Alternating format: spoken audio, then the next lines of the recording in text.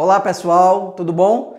Então, dando início aqui à temática da Revolução Técnico-Científica Informacional do nono ano, a gente começa a identificar os elementos que estão presentes no espaço geográfico que configuram essa relação entre técnica, ciência em nível local e global. Eu sou o professor Carlos Avelar e a gente vai trabalhar com a temática da Revolução Técnico-Científica Informacional em nível local e global. É muito importante a gente compreender que os estágios que a economia avança vão havendo modificações a partir de elementos estruturantes desses estágios de avanço da economia. Alguns elementos principais estão ligados ao modo de produção capitalista, porém, existiram outros modos de produção que também contribuíram para processos iniciais de configuração global, né? Então a gente vai identificar um mundo globalizado como um todo, né? Como um dos termos, a globalização é um dos termos mais frequentemente empregados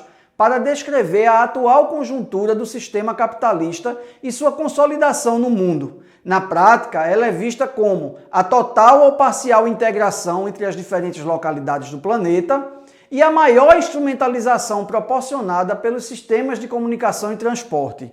É importante a gente fazer essa correlação quando a gente fala de globalização com o sistema de produção capitalista. Ele que deu subsídios, ele que fomentou e impulsionou com muito mais eficiência, com muito mais força, esse processo de globalização. Mas o que vem a ser exatamente esse processo? Vale aqui a gente refletir muito intensamente sobre o processo de globalização, né? De que forma esse processo de globalização ele tem alcance em determinados espaços, mas tem espaços que ele também não alcança, tem espaços que não estão dentro desse mundo globalizado. Então é importante a gente identificar e entender o que exatamente é esse processo de globalização. Em uma tentativa de síntese, podemos dizer que a globalização é entendida como a integração com maior intensidade das relações socioespaciais em escala mundial, instrumentalizada pela conexão entre as diferentes partes do globo terrestre. De uma forma mais geral, a globalização nada mais é do que um processo intensificado de relações socioespaciais, onde partes diferentes do globo são intercorrelacionados e aí, a partir daí eles estabelecem uma formação socioespacial específica para esses espaços. Então, pessoal, para a gente compreender esse mundo globalizado, é preciso fazer uma reflexão conceitual. Então a gente vai trazer um pouco desses conceitos. Esse conceito não se refere apenas simplesmente a uma ocasião ou acontecimento, mas é um processo. Então, como a gente falou, esse processo ele é complexo e ele é diversificado. Ora ele está mais avançado, ora ele está mais retraído. O processo de globalização ele foi se dando sobre a superfície da Terra de forma muito diferenciada. Ele está em constante evolução e transformação. Obviamente que em alguns lugares ele vai estar muito mais intenso, em outros lugares ele vai estar menos intenso. De modo que a integração mundial, por ele gerado, é cada vez maior ao longo do tempo. Então, para isso, a gente faz algumas reflexões e traz algumas características, como, por exemplo, essa abstração em relação ao tempo dos procedimentos econômicos, culturais, políticos, sociais, que se dão em torno desse mundo globalizado. É importante a gente destacar que isso daí altera as formas de se pensar o mundo. A gente identifica, então, tempos rápidos e tempos lentos, Há um século atrás, a velocidade da comunicação entre diferentes partes do planeta até existia. Porém, ela era muito menos rápida e eficiente que a dos dias atuais, que por sua vez poderá ser considerada menos eficiente em comparação com as prováveis evoluções técnicas que ocorrerão nas próximas décadas. Ou seja, a gente tem um processo de evolução que a técnica e a informação, elas subsidiam, elas dão um aparato, um suporte para que as comunicações, as trocas, as trocas de saberes, as trocas monetárias, as trocas de moedas, as trocas de mercadorias, o fluxo de pessoas entre um lugar e outro, ele se dê com muito mais efetividade agora do que há um século atrás, onde a gente tinha, por exemplo, um tempo mais lento, onde essas trocas aconteciam de forma, não é, mais pausada. Então, por quê? Porque não existia um desenvolvimento técnico como a gente tem um desenvolvimento técnico hoje. Algumas décadas mais na frente, a gente vai ter, obviamente, uma implementação maior dessas trocas, né? Onde a gente vai ter uma rapidez, uma fluidez maior dessas trocas do que a gente tem hoje. A gente pode dizer, então, que o mundo vai se encontrar cada dia com maior rapidez no seu contexto globalizado. Esse é o princípio fundamental da globalização, não é? É trazer a fluidez para que o mundo possa, as pessoas possam utilizar de determinados aspectos, de usufruir determinadas situações de forma mais rápida, né? Um exemplo que a gente pode citar é esse da teleaula, né? A gente utilizar, por exemplo, a informação para que em momentos emergenciais como esse a gente possa fazer um subsídio, dar um suporte para que vocês, estudantes, possam ter um acesso à informação mais rápida. Então, é esse contexto mais globalizado, esse contexto, não é? Esse princípio da globalização que favorece esses aspectos mais rápidos, que tornam esses tempos mais rápidos, tempos de respostas mais rápidos, e aí a gente pode ter um andamento de um processo mais eficiente dentro desse processo global. E aí a gente vem ao termo da aldeia global, não é? O termo aldeia, em si só, ele já diz mais ou menos como é que as coisas estão ali acontecendo de certa forma próximas, não é? De uma distância menor. A gente, obviamente, não descarta a presença do espaço como um todo, da organicidade do espaço como um todo, do espaço geográfico, das paisagens, as modificações culturais nas paisagens, nos espaços, mas a gente pode dizer que esse tempo se reduziu e a técnica, as tecnologias de redução desse tempo tornou os espaços mais próximos. Então eu posso muito bem fazer uma webconferência, por exemplo, com uma pessoa que esteja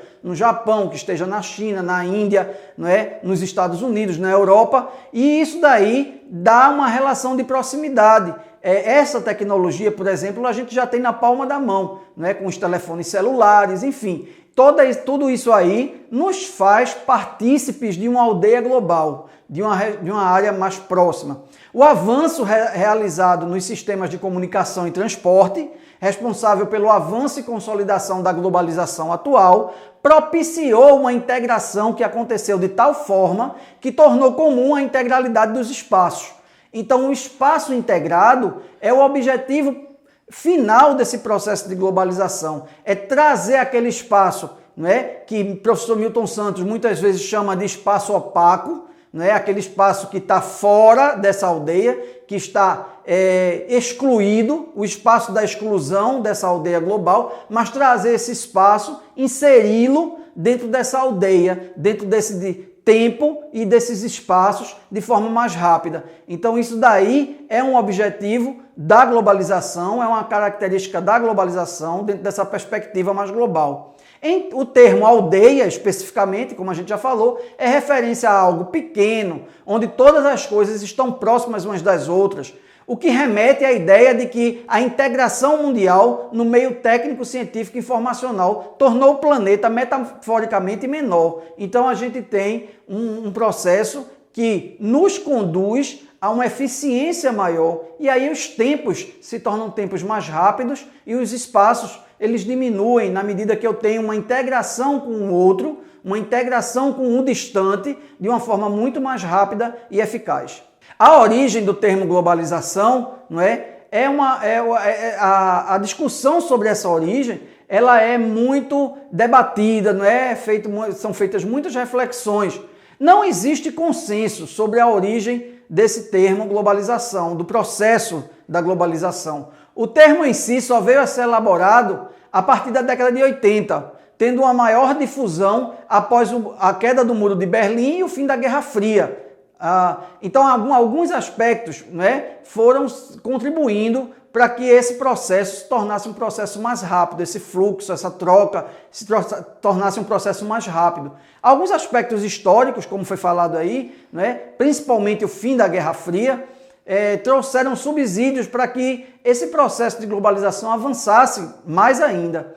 No entanto, são muitos os autores que defendem a globalização, defendem que a globalização tenha se iniciado a partir da expansão marítimo-comercial europeia, no final do século XV e início do século XVI, momento no qual o sistema capitalista iniciou sua expansão pelo mundo. Então é importante a gente salientar que lá na Idade Média, né, mas assim, identificar também que em tempos anteriores, né, esse processo de expansão ele estava muito consolidado. A expansão dentro do continente europeu e dentro do continente asiático já eram os primeiros passos para esse processo, né, se saturar, né, porque isso advém de um processo de saturação. O próprio excedente econômico dentro do modo de produção capitalista, ele é uma consequência da saturação do modo de produção. O excedente que é produzido vai procurar se expandir. Então, dentro desse processo natural de expansão, ultrapassou os oceanos, chegou a outros continentes e aí é justamente nesse momento, na expansão marítimo-comercial, que vai se consolidar com maior força o processo, ou os primeiros passos do capitalismo dentro dessa produção do excedente. A expansão marítimo-comercial, ela é uma expansão essencialmente capitalista, ou seja, o excedente de produção precisava ser escoado, uma demanda por produção, por consumo, havia se instalado na Europa e na Ásia naquele momento. Então havia uma necessidade de novos mercados consumidores, havia uma necessidade de novos mercados fornecedores de matéria-prima. Tudo isso aí advém a partir do excedente de produção. Então o sistema capitalista já tem nos primeiros passos do seu excedente instalados naquele momento. De toda forma, como já dissemos, ela foi gradativamente apresentando evoluções, recebendo incrementos substanciais com as transformações tecnológicas proporcionadas pelas 3 revoluções industriais.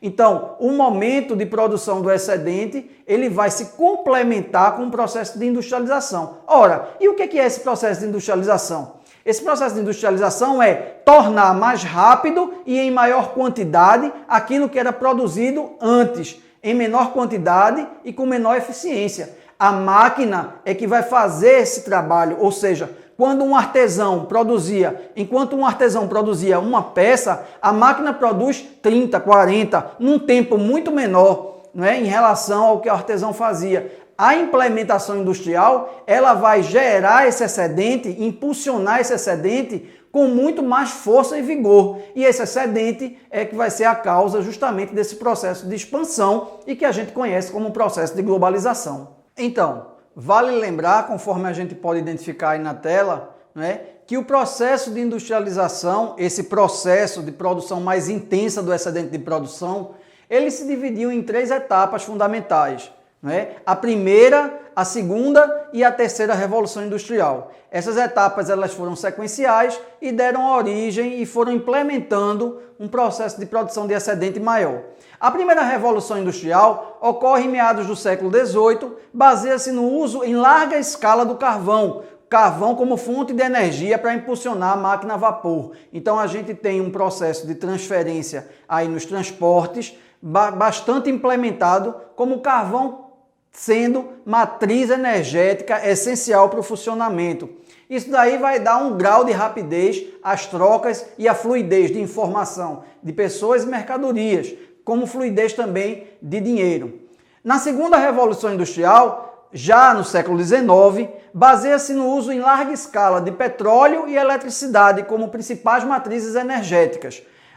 As máquinas vão se tornar muito mais eficientes e versáteis, como o motor elétrico e o motor explosão. Então, gente, é fundamental a gente identificar essa transição entre a matriz energética do carvão, que dava funcionamento às máquinas a vapor, então elas tinham um certo grau de rapidez. Quando passa para a explosão, motor a explosão, não com a matriz energética centrada no petróleo e na eletricidade, que são matrizes energéticas mais eficientes do ponto de vista da força, da intensividade dessas matrizes, a rapidez das máquinas vai aumentar. Então a gente vai ter uma fluidez maior na produção e, por conseguinte, na produção do excedente. No terceiro momento, que é a terceira revolução industrial, vai ocorrer já no século XX, de meados do século XX para o final, mais especificamente a partir da década de 70. Destaca-se pelo uso de várias fontes de energia, e aí as atividades típicas dessa revolução, a gente identifica a química fina, a microinformática, a microeletrônica, a robótica, as telecomunicações e as biotecnologias. Então, os combustíveis que vão vão impulsionar essa produção são combustíveis diversificados. São biocombustíveis, são combustíveis baseados em fontes naturais, como energia eólica, energia solar, enfim, vai caracterizar um terceiro momento da Revolução Industrial. É a partir desse terceiro momento da Revolução Industrial que a gente vai identificar um processo de globalização, e de influência da técnica, da ciência e da informação com muito mais fluidez sobre o espaço. Lembrando que espaço e organização espacial é trabalho refletido. O espaço é o reflexo do trabalho humano concretizado nos seus fixos, mas que tem ali os fluxos perpassando e fluindo. Então a gente vai ter um espaço consolidado a partir de reflexos dessa aldeia global, dando subsídios, condições para que o mundo se torne cada vez mais globalizado. O palco principal disso aí são as cidades. As grandes cidades, elas são justamente os espaços da globalização. São os espaços que Milton Santos chamava de espaços luminosos. Espaços onde a tecnologia e a informação estão fluindo com mais rapidez, com mais versatilidade. Então a gente chega até o momento da Revolução Técnico-Científica, que ocorre em meados do século XX e inicia-se uma nova etapa de expansão capitalista, expansão do excedente de produção. A terceira revolução industrial ou a revolução técnico-científica, que está relacionada a alguns fatores. A gente vai enumerar alguns deles principais. As principais contribuições são do ponto de vista do desenvolvimento das novas tecnologias da informação, computadores, robôs, satélites de comunicação e internet, que vão facilitar as trocas de informação e o fluxo de pessoas. Um segundo aspecto são as descobertas científicas aplicadas na melhoria dos processos e da criação de novos produtos e serviços, ou seja, novos produtos e serviços vão se implementar a essas técnicas, ao desenvolvimento da ciência. E um terceiro ponto é a influência da informática na vida cotidiana, ou seja, a gente vai ter uma informatização maior do dia a dia das pessoas. As pessoas vão estar, quer queira ou não, de certa forma, inseridas nesse mundo informatizado. Isso daí vai favorecer a agilização das atividades que são desenvolvidas no dia a dia, como a dos serviços bancários, por exemplo, no comércio, nas escolas, entre outras. Então, uma das contribuições é que a informação fluindo de maneira mais versátil, de maneira mais eficaz, ela vai tornar atividades diárias muito mais rápidas e efetivas. Então chegamos ao momento da revolução técnico, científica e informacional, iniciada nas últimas décadas do século XX e que ainda se encontra em fase de desenvolvimento.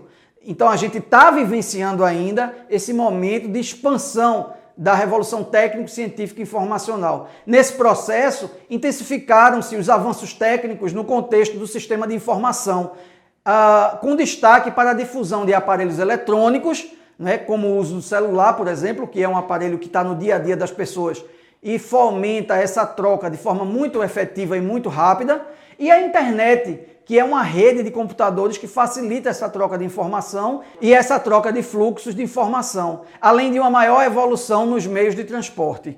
Os transportes também têm um papel fundamental, porque é o deslocamento de pessoas, principalmente nos centros urbanos, efetivando essa troca com maior rapidez.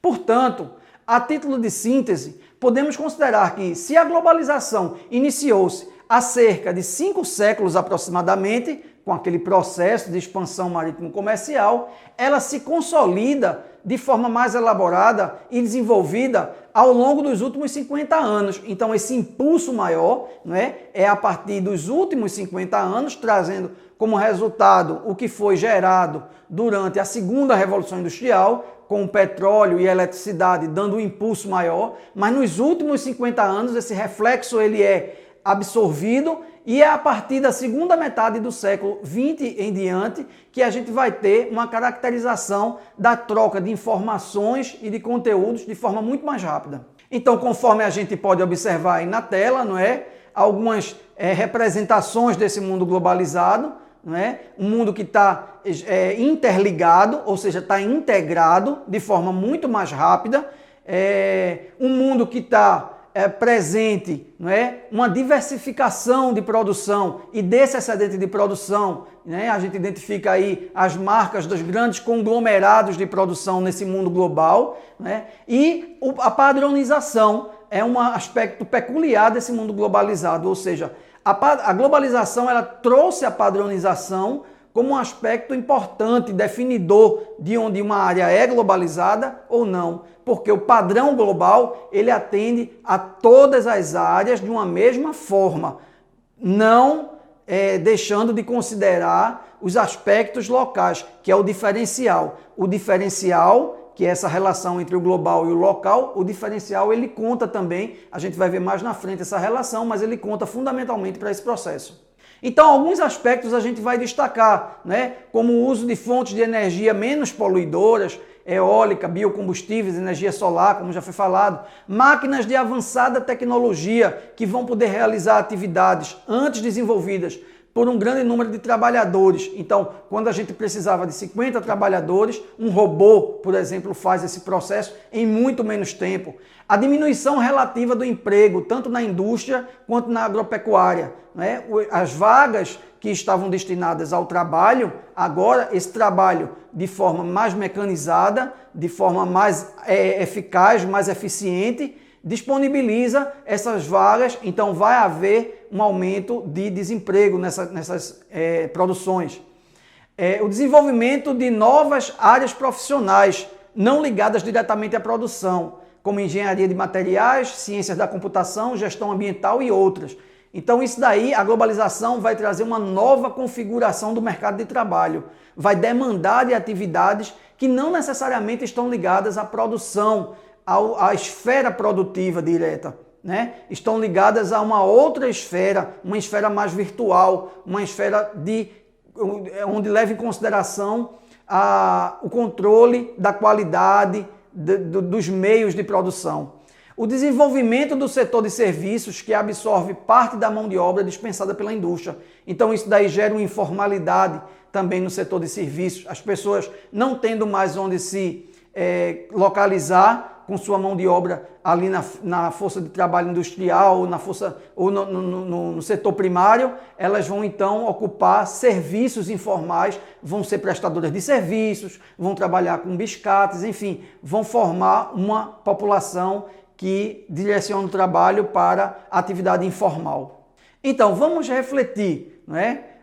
Observando aí na tela, né? Você já parou para pensar o que é local e o que é global no contexto do meio técnico, científico e informacional? Essa relação entre o local e o global, ela é uma relação muito peculiar, né? Ela tem suas singularidades. O local tem no global a sua forma de atuação, mas o global também não pode ser independente do local, porque o diferencial disso aí em algumas áreas, em alguns aspectos, é que vai ser o atrativo para a consolidação e organização daquele espaço.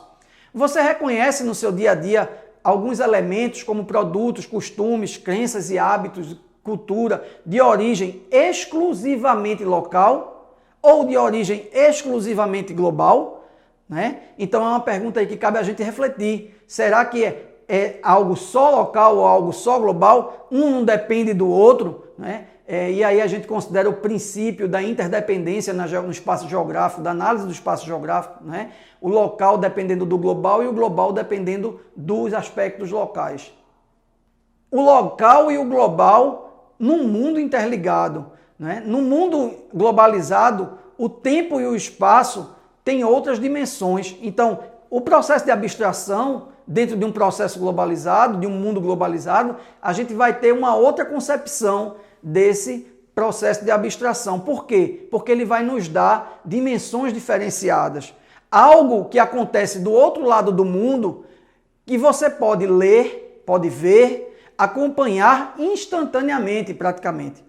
A circulação de informações, pessoas, mercadorias, costumes, marcas, tecnologias ocorre numa velocidade sem limites de distância. Então a gente pode acompanhar eventos, acontecimentos que essa abstração, né, da distância espacial, ela torna-se uma abstração muito mais curta, né? Ela torna-se de forma mais efetiva, acontecendo quase que em tempo real, e onde as pessoas que estão em qualquer lugar do planeta podem acompanhar essa abstração e acompanhar esse desenvolvimento.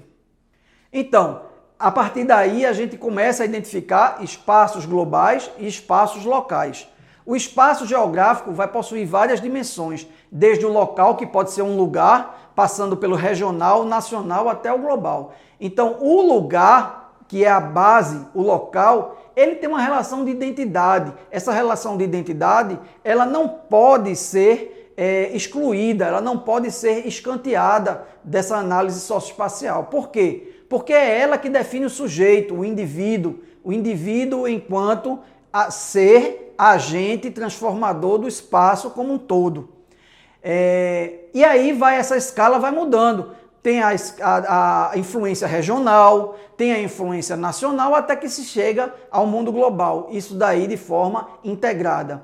Refere-se ao espaço local tudo aquilo que é singular, que é próprio de um lugar, né? Então, o local é o lugar da afetividade, o local é o lugar das características mais ligadas à identidade, né? Eu me identifico com aquele lugar, então estabeleço laços afetivos com aquele lugar. O local vai dar esse diferencial, né? O que em outras escalas não vai ter, né? Na escala regional a gente ainda tem, mas na escala global a gente não tem essa ligação com os lugares, e sim um padrão global. Já o espaço global refere-se a tudo aquilo que é partilhado, que está ou que pode ser acessado na maioria dos lugares do mundo. Portanto, é um padrão. Por quê? Porque vai chegar na maior parte dos lugares do mundo. A internet, por exemplo, faz desse espaço global, assim como as organizações internacionais também o fazem, né? Então, são meios, a internet, as organizações, os grandes conglomerados internacionais transformam esse espaço num espaço global. Eles dão fomento a essa padronização, e essa padronização deixa os lugares iguais, deixam as coisas e eventos iguais em qualquer lugar do mundo. A partir de então, a gente estabelece algumas redes e fluxos interligados, porque para haver esse processo de comunicação de forma mais efetiva, mais rápida, né, essas redes, elas são o substrato essencial, e os fluxos é justamente tudo aquilo que está perpassando por essas redes interligadas. Então a gente vai identificar alguns aspectos ligados a essas redes e fluxos. Com a evolução tecnológica, os lugares e as pessoas se relacionam e se integram através de redes e fluxos, ou seja, lugares e pessoas vão estar integralizadas, vão estar fazendo esses deslocamentos de forma muito mais rápida e eficiente.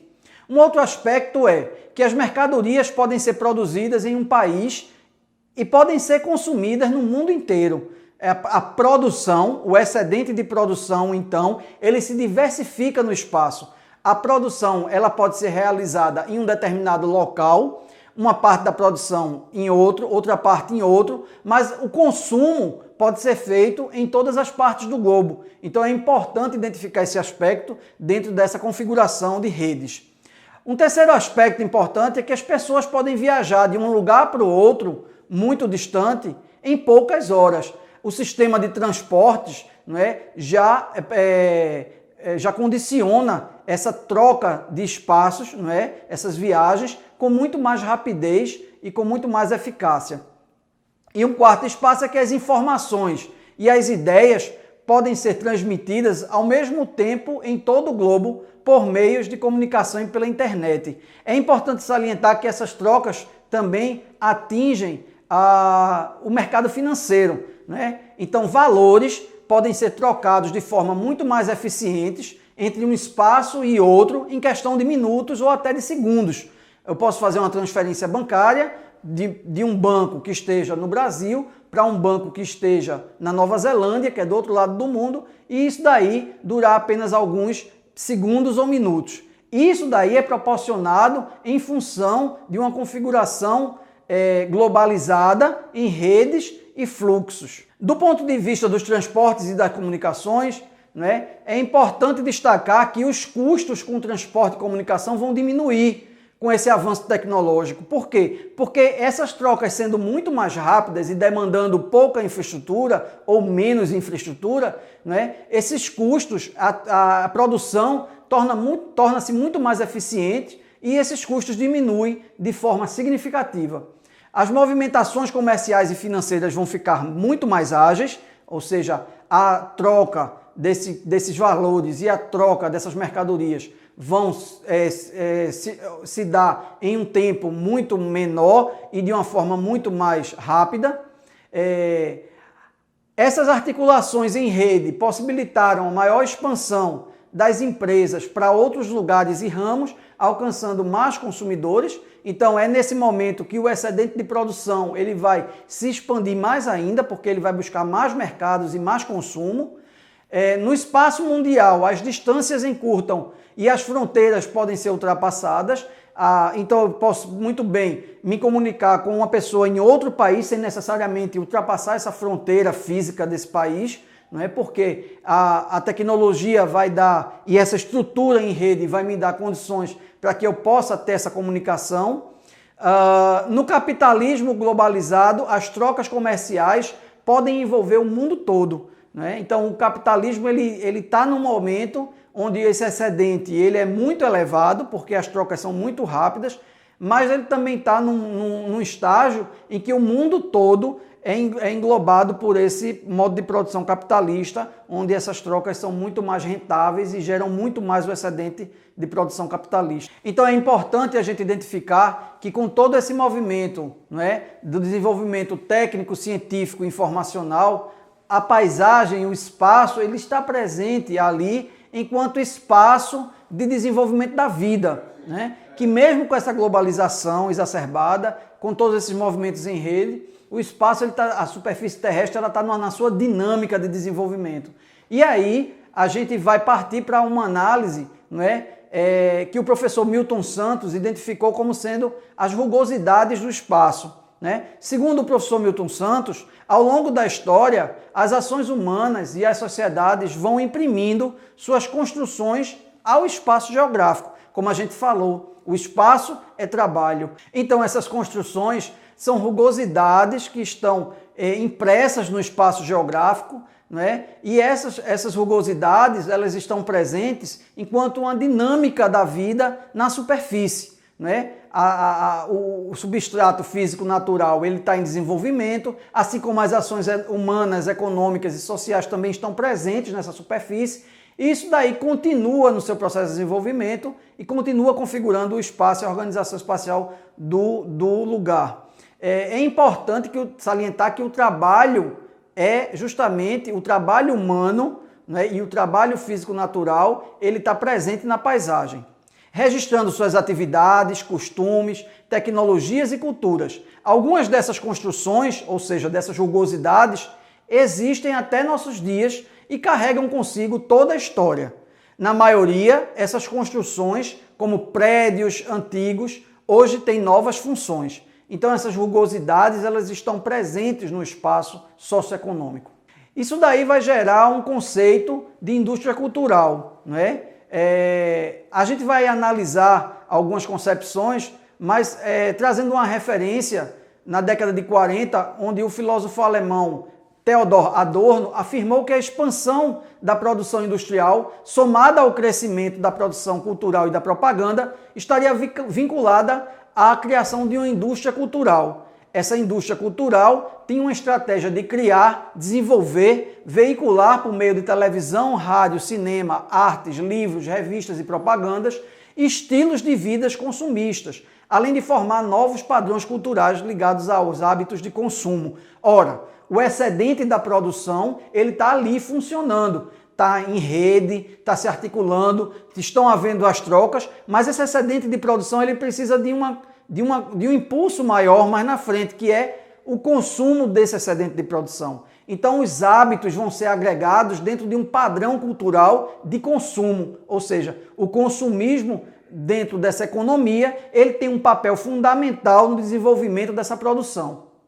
E aí a gente faz a interligação entre o consumismo e a indústria cultural. A indústria cultural busca, por meio da propaganda, estimular o desejo de consumir os artigos que estão na moda, além de que incentivam a troca constante dos produtos, os quais rapidamente se tornam obsoletos. Ou seja, esse processo de produção, excedente, consumo, descarte para uma nova produção, um novo excedente, um novo consumo e um novo descarte, vai gerando o que se denominou de obsolescência, né? Essa obsolescência é justamente o desuso daquele produto, na medida em que ele deixa de ser o produto da moda, ou ele tem algo que o produto anterior, o produto posterior vem a ter a mais, então deixa-se esse produto obsoleto, isso daí só vai aumentar a cadeia de consumo, só vai alimentar essa cadeia de consumo para um processo maior.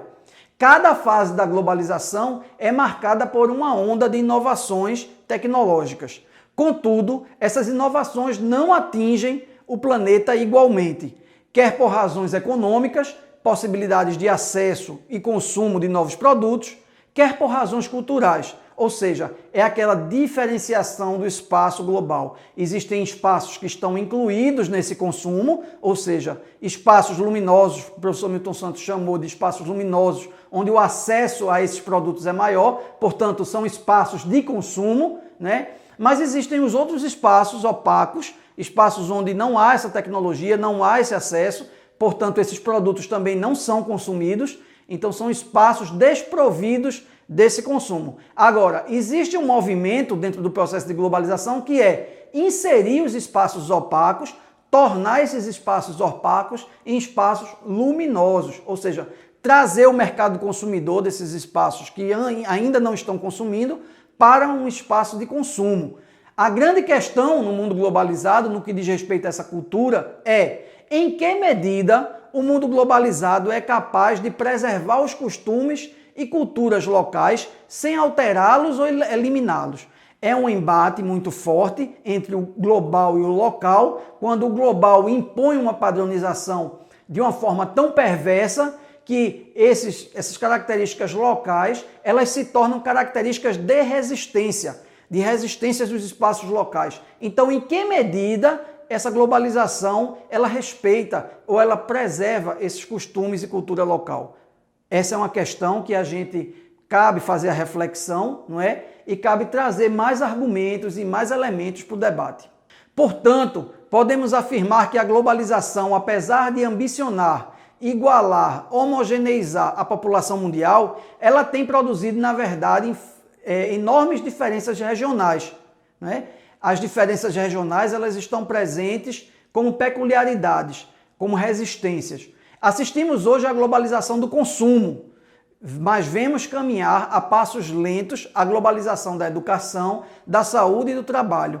Na medida que o acesso a esses recursos é um acesso escasso por conta da distanciação espacial, então meios de comunicação facilitam esse processo de troca de informações, de troca de mercadorias, enfim, um processo de globalização integrado.